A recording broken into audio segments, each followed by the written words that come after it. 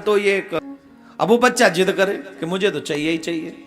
अब माँ बाप ने भी मना किया, हम जाट आदमी हैं, हम पे खेती क्यारी से फुर्सत नहीं है, हम पे ठाकुर जी। गांव वाले लोगों ने कहा पंडित जी क्या करोगे? बोले क्या करें समझ में नहीं यार, ठाकुर जी तो नहीं दें। बोले ऐसा मत करो, बालक को बहकाना कोई बड़ी बात थोड़ी है, कोई उपाय। उसे ऊंचे पे बैठाला, पत्थर को ऊंचे स्थान पे उसको बैठाला, और वो भगवान हमें चाहिए, भगवान जी हमें दे दो, हमें दे दो। तो अब देखा दो भगवान कर देना, और जब तक इनको भोजन न कराओ फिर जाके बैठ गया। वो पाप कमी नहीं है, पर मेरे ऊपर भगवान ने कहा भैया बड़ी कृपा है भगवान की। बोले अच्छा एक बात, यहां वो बात सिद्ध हो जाती है, नाच न जाने आंगन टेढ़ो। गैया वो चल रही, देखो बोले पंडित जी बोले लूंगा आकाश। पंडित जी अब दर्शन पंडित जी को नहीं हो रहे, को भी दर्शन। भगवान को किसी वस्तु से प्यार नहीं है, भगवान को व्यक्ति से भी प्यार नहीं है, भगवान को भावना से प्यार है, जिनकी भावना श्रेष्ठ है। धन्ना भगत का नाम आता है, आपने धन्ना भगत का नाम सुना है। जाट परिवार में उनका जन्म हुआ, खेती क्यारी का वो काम करते थे, छोटे से धन्ना। देखना भक्ति किसको कहते हैं। इसीलिए मैं कहता हूं बचपन में बच्चों को साथ में लाया करो, जिससे बच्चे आपके आपसे ज्यादा डिवोटी हो सकते हैं, भगवान के समर्पित हो सकते हैं। एक पंडित जी आए, त्रिलोचन पंडित जी, तीर्थ करके आए थे, दाढ़ी वाड़ी बड़ी हुई थी, संत भेष में थे। तो धन्ना भगत उसमें आयु ज्यादा थी नहीं, 4-5-6 साल के रहे होंगे, 7 के रहे होंगे, एग्जैक्ट एज तो नहीं बता सकता, लेकिन 5-6-7 इतनी एज रही होगी। अब वो महात्मा जी को, वो ब्राह्मण ही थे त्रिलोचन पंडित जी, लेकिन वो दाढ़ी वाड़ी बड़ी थी, तीर्थ करके आए थे, तो ऐसा लगता था जैसे संत हैं। तो उन संतों को वो संत समझ के उनको प्रणाम करता था, उनको नमन करता था। पंडित जी वहां मंदिर में ठहरे हुए थे, तो वो क्या करते थे, नित्य शालिग्राम का पूजन करते थे। क्या करते थे? शालिग्राम का पूजन करते थे। और ये धन्ना उनके पास जाकर बैठ जाता था और वो दर्शन करता था, छोटा सा बालक जाके उन पंडित जी को देखता कि ये पूजा कर रहे हैं। 2-4 दिन बाद जब पंडित जी जाने की बात करने लगे, तो धन्ना ने कहा कि अपने ठाकुर जी हमको देके जाओ। पंडित जी बोले नहीं, तू बच्चा है, तू कहां सेवा कर पाए। बोले कुछ नहीं, हम खूब करेंगे सेवा, पर ये ठाकुर जी हमें देके जाओ। अच्छा, कोई भी व्यक्ति, आजकल तो ये एक प्रचलन चल गया है कि हम भगवान को दे देते हैं गिफ्ट में, ऐसा नहीं करना चाहिए, पर कौन रोके। आजकल शालिग्राम को कैसे पंडित जी दे, उनका हृदय कांप गया कि हम अपने भगवान को कैसे दे सकते हैं। ना ना ना, हम नहीं देंगे, कैसे दे दे। अब वो बच्चा जिद करे कि मुझे तो चाहिए ही चाहिए।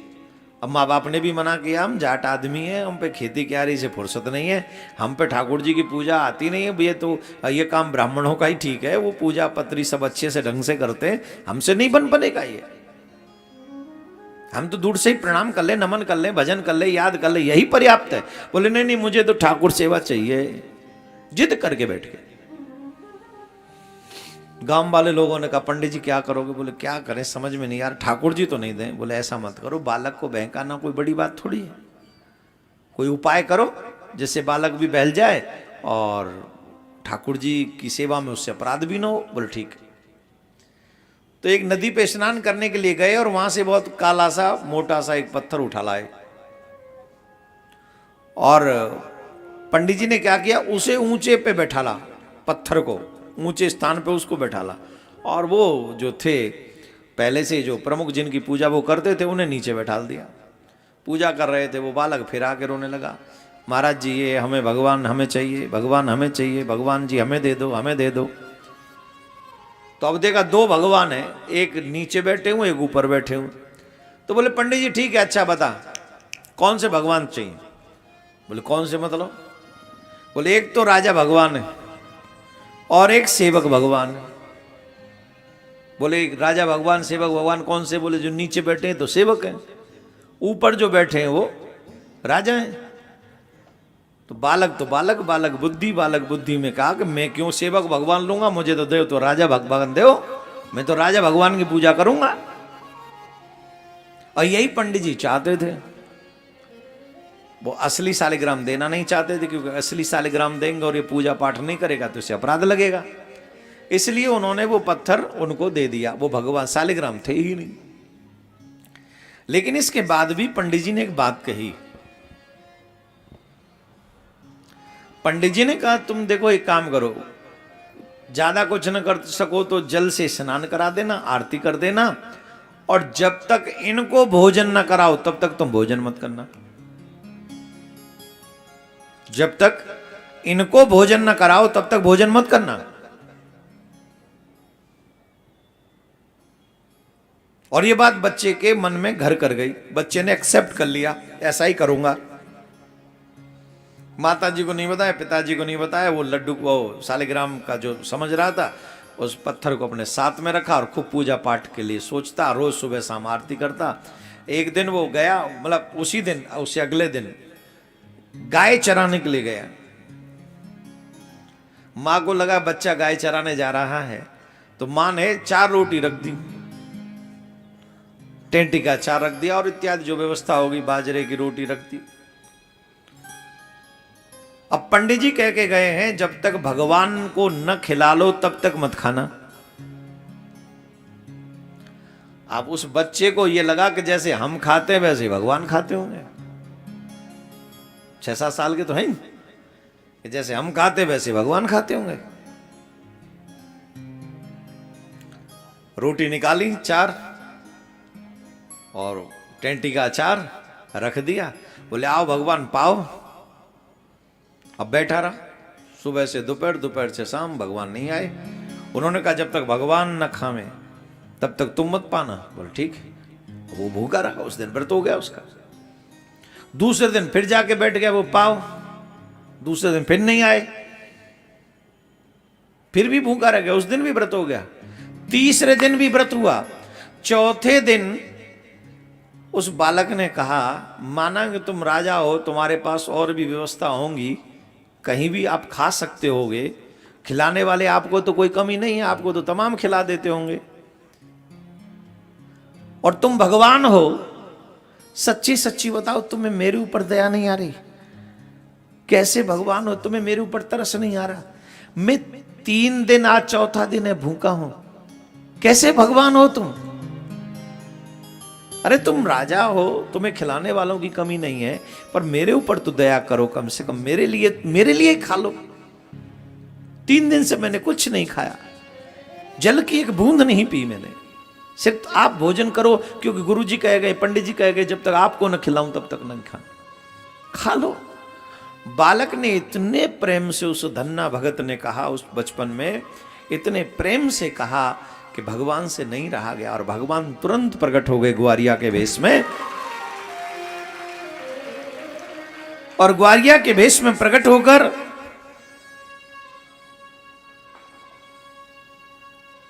भगवान ने कहा, ला भैया भूख लग रही, ला लेके।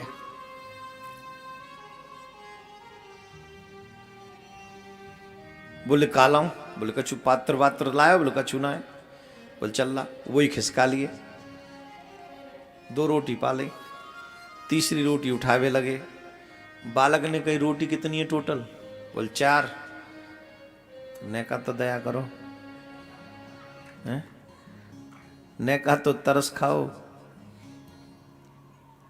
अरे आप तो राजा हो, तुम्हें तो पता नहीं किस किसी ने खिलाया होगा, हमें किसी ने नहीं खिलाया। 4 दिन से प्रतीक्षा कर रहे हैं, 2 अपने बट की खा लो और 2 आप हमारे बट की छोड़ दो। 2 हम खाएंगे, 2 तुम खाओ।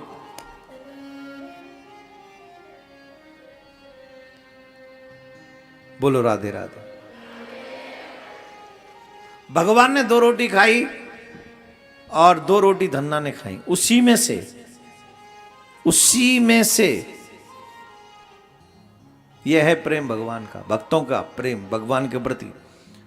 अब ऐसे ही कुछ दिन चलते रहे। बीच में जाके काशी में आए, वो दीक्षा भी ले ली भगवान की, भगवान के कहने से। एक दिन वही त्रिलोचन पंडित जी आए, तो तब तक धन्ना भगत 14-15 साल के हो गए थे, हष्ट पुष्ट हो गए थे।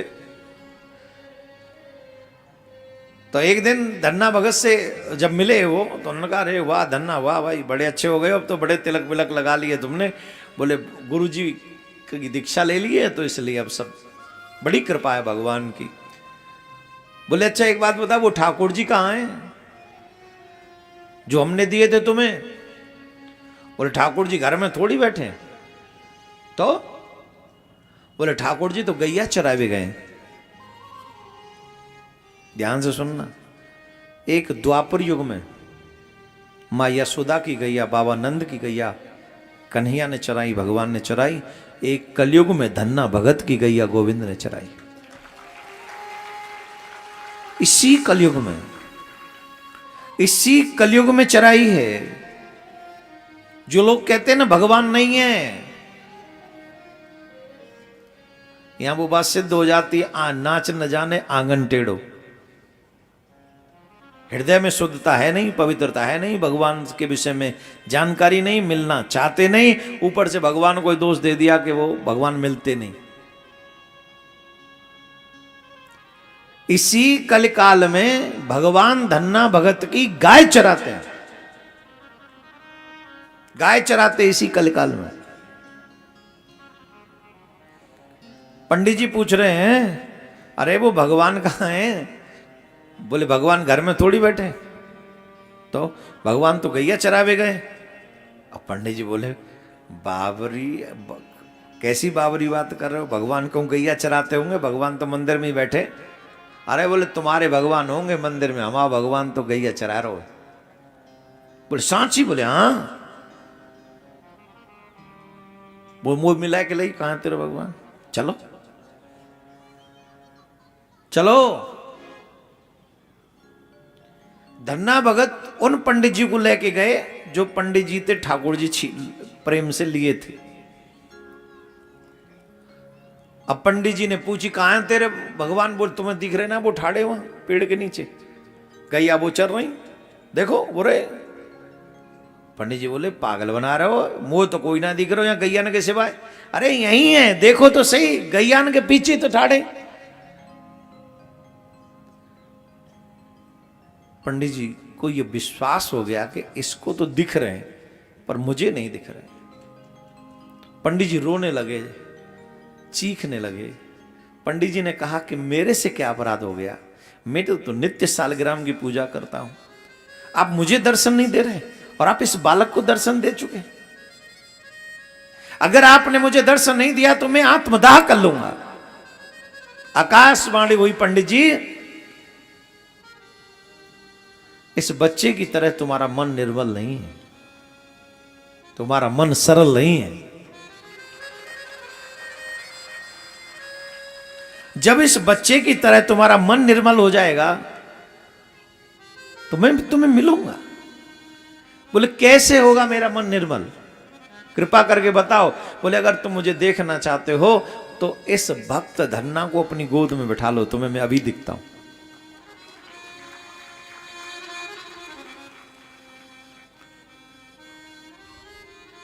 धन्ना भगत को पंडित जी ने गोद में बैठाला और साक्षात ठाकुर जी गैया चराते हुए लकुट लेकर, काली कमलिया ओढ़कर, बंसी हाथ में लेकर, वही ग्वारिया के वेश में पंडित जी को भगवान दर्शन दे रहे, कन्हैया दर्शन दे रहे। अब लोग कहते हैं पंडित जी, अब दर्शन पंडित जी को नहीं हो रहे, धन्ना जाट को दर्शन हो रहे। और धन्ना जाट को गोद में बैठाला तो पंडित जी को भी दर्शन हो गए। रीजन, भगवान कहते हैं मैं ज्ञान से प्राप्त नहीं होता, मैं त्याग से भी प्राप्त नहीं होता। जिनका मन निर्मल होता है, जिनका भाव श्रेष्ठ होता है, मैं भाव से प्राप्त होता हूं। तुमने क्या छोड़ा ये फर्क नहीं पड़ता, तुमने कितना बुक पढ़ लिए, कितने ज्ञान कर लिया है, इससे भी फर्क नहीं पड़ता। लेकिन तुम्हारे हृदय में भगवान के प्रति कितना भाव है, कितनी श्रद्धा है, इससे बहुत बड़ा प्रभाव पड़ता है। बोलो राधे राधे।